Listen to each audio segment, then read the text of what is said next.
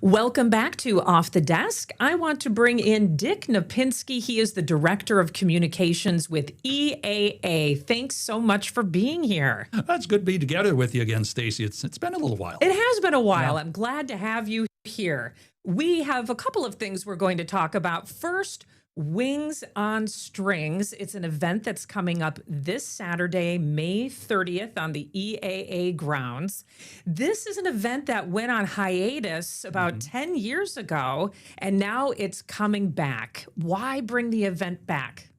Well, a lot of people have asked for it. I guess that's the really short answer. We did the event probably for about a decade into the early 2010s. And then for a variety of reasons, it went away and wasn't going anymore. But then people kept asking about it. And they said, boy, I used to bring my kids to your kite flying thing.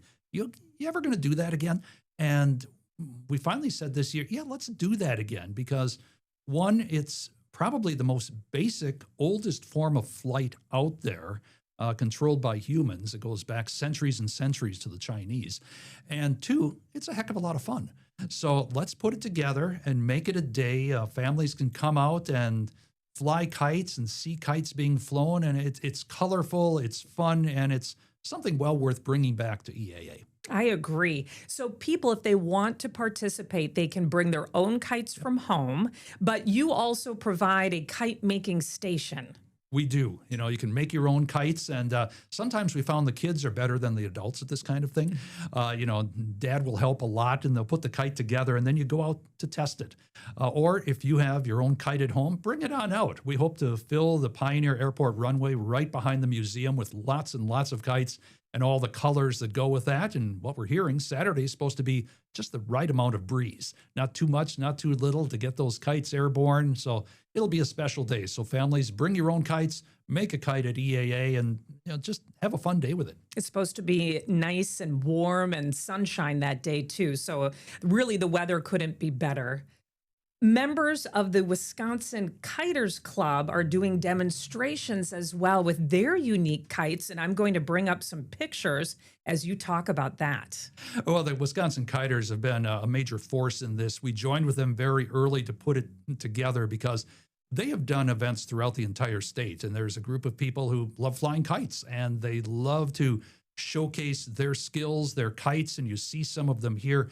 They are a lot of fun to look at. These are kites that you usually can't pick up at the store, but they are ones that are 20, 30 feet in length and will go up and catch the wind and make amazing displays.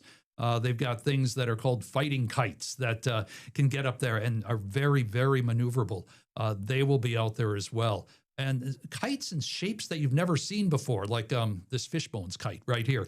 This is an interesting one that was actually built in Italy for the president of the Wisconsin Kiters, and they bring it out. So you're going to see things like this. I don't know each and every one that you've seen here is going to be there, but you're going to see a big, big variety of kites throughout that entire day because we're operating from 10 until 4 throughout that day. How much does it cost to participate? Well, it's with regular museum admission. So if you come in, we've got family rates, we've got individual rates. Of course, if you're an EA member, you're always admitted free to the museum.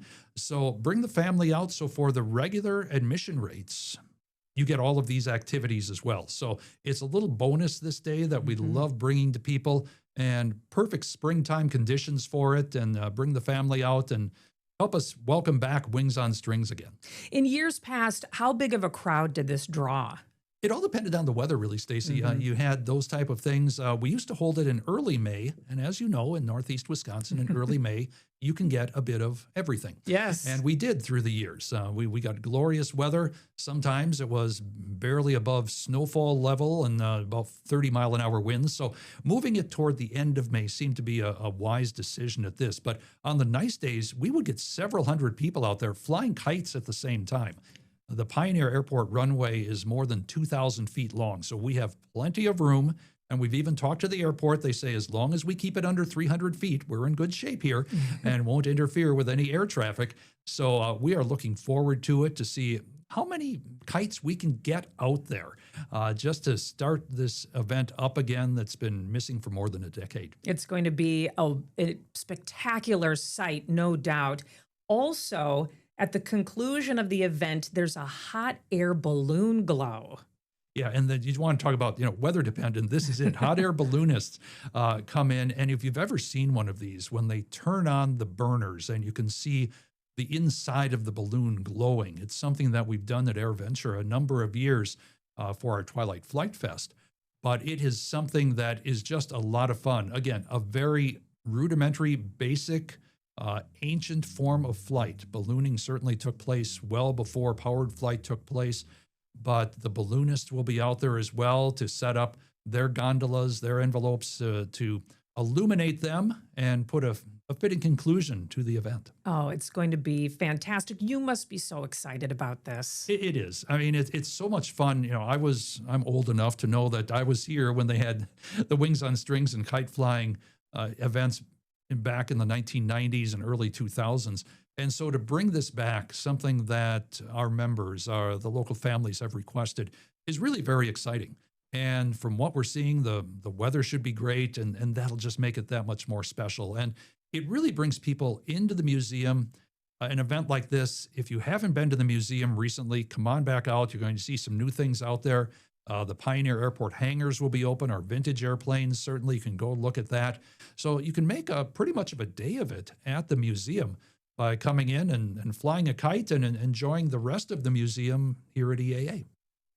And our conversation with Dick Napinski continues after the break. Hear how he and his staff are preparing for EAA AirVenture and the new attractions you'll be able to see in July at the annual fly-in. Stay with us. Welcome back. Before the break, we heard from the Experimental Aircraft Association's Dick Napinski about the Wings on Strings kite flying event happening this weekend. Now we dive into preparations for their biggest event of the year, EAA AirVenture, and the special things you'll see as they honor America's 250th birthday. Preparations are going well. In fact, we have the tent crews coming in. We put up more than 500 tents for EAA for exhibitors, and the tent crews came in just before Memorial Day and started putting up frameworks. That's how long this takes to put everything together. Some of our early volunteers have already arrived. They've set up their camper in the campground, and they're starting to work every day on things such as planting flowers, putting together picnic tables, painting buildings, all of those things that take place to build this aviation city in a little more than 50 days gets rolling once again. So all of these things start to come together, and it's the exciting part. It's no longer the plans on paper. You're starting to see things come together and make that unique aviation event in the world ready to go once we open on July 20th. It really is unique and one of a kind. Every year you have so many new things that you bring in that people really enjoy. What are some of the new things that people will see this year? Well, America's 250th, the anniversary, is certainly something that's a big thing on our schedule this year. And one of the things coming in, Southwest just announced last week that they are bringing in their newly painted Independence One Boeing 737. If people want to go online and take a look at this, Southwest Independence One, incredible 1776 statements from the Declaration of Independence in the paint scheme on it. It's a beautiful, beautiful airplane. And, oddly enough, because it's our 250th anniversary of independence, the British are coming. Go figure that out. But for the first time, the Royal Air Force Red Arrows, their military aerobatic team, will be in America in July, and their last stop before they head back to the UK is going to be in Oshkosh, and they're going to be flying here July 24th, 25th, and 26th, and putting on their show. An incredible military team. They have flown at sites around the world, but to have them here at Oshkosh for the very first time is certainly something special as well. We have a group called the Flying Bulls from Austria making the trip in a P-38 Lightning and a DC-6 airliner coming over from Salzburg, Austria. And it's the first time they've been here. And they're making one public air show appearance in the U.S., otherwise doing private events. The one air show appearance at AirVenture in Oshkosh. So those type of things are coming together.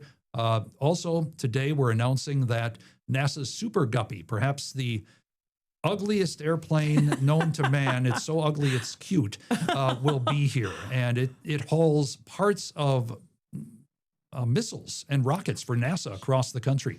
It was last year, 3 years ago. It's coming back again this year. So we're looking forward to having that. And then everything from F-35s to F-22s to F-16s and C-5s and so forth. A lot of great vintage airplanes, the World War II warbirds, they're all coming as well. So it's that exciting part where you start going, yeah, it's coming together.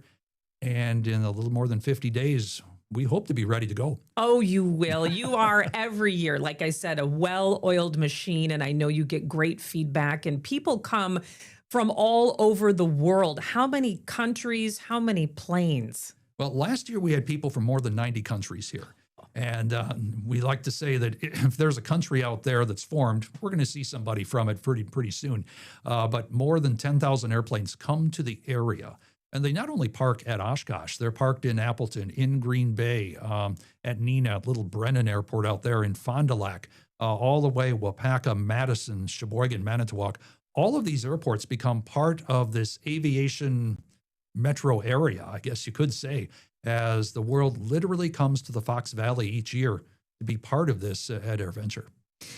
It is an aviation celebration. What do you think is your key to success and why it has become such a must-go-to event for, like you said, people from around the globe? Yeah, there are a number of things, and we could probably spend a half hour just talking about that. It's a unique culture. It's not a professional aviation event where it's commercial and military aviation. It's not just a fly-in. It's not just educational seminars. It's all of those things. And it truly is an aviation city that comes together. It is a unique culture.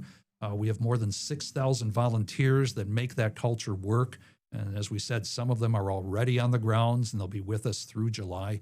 And it's something, that term Oshkosh to pilots means something above and beyond just an airport. It is an experience. And that's what people come for. They come to see the airplanes, but then they experience everything else.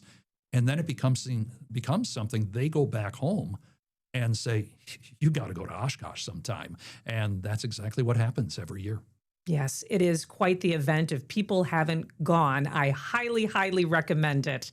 It is just, it's over the top. It really is. It is. And it's so much fun because, because of the help from the Boeing company over the last 3 or 4 years, we've been able to admit kids 18 and under free of charge. And so that's brought so many more families out here to discover aviation, to discover the world of aviation and what might be available for them, and let those kids dream a little bit and meet astronauts and professional pilots and military jet jockeys and everybody else that are out there, and walk up to the airplanes like you can't do at a normal air show and talk to the pilots, talk to the aircraft owners. That's something special. And we've heard from a lot of kids who are now adults who said, yeah, my uncle or my dad or my grandfather brought me to Oshkosh, and that sparked something. And now I'm flying airliners someplace. Those type of things happen. And it's gratifying to know that we're that little link, or maybe that spark of motivation that got those kids going at one point. And our thanks to Dick Napinski for the conversation. EAA AirVenture runs July 20th through the 26th in Oshkosh. Up next, a look at today's top stories on our website, including something unique with the Packers preseason schedule. Stay with us.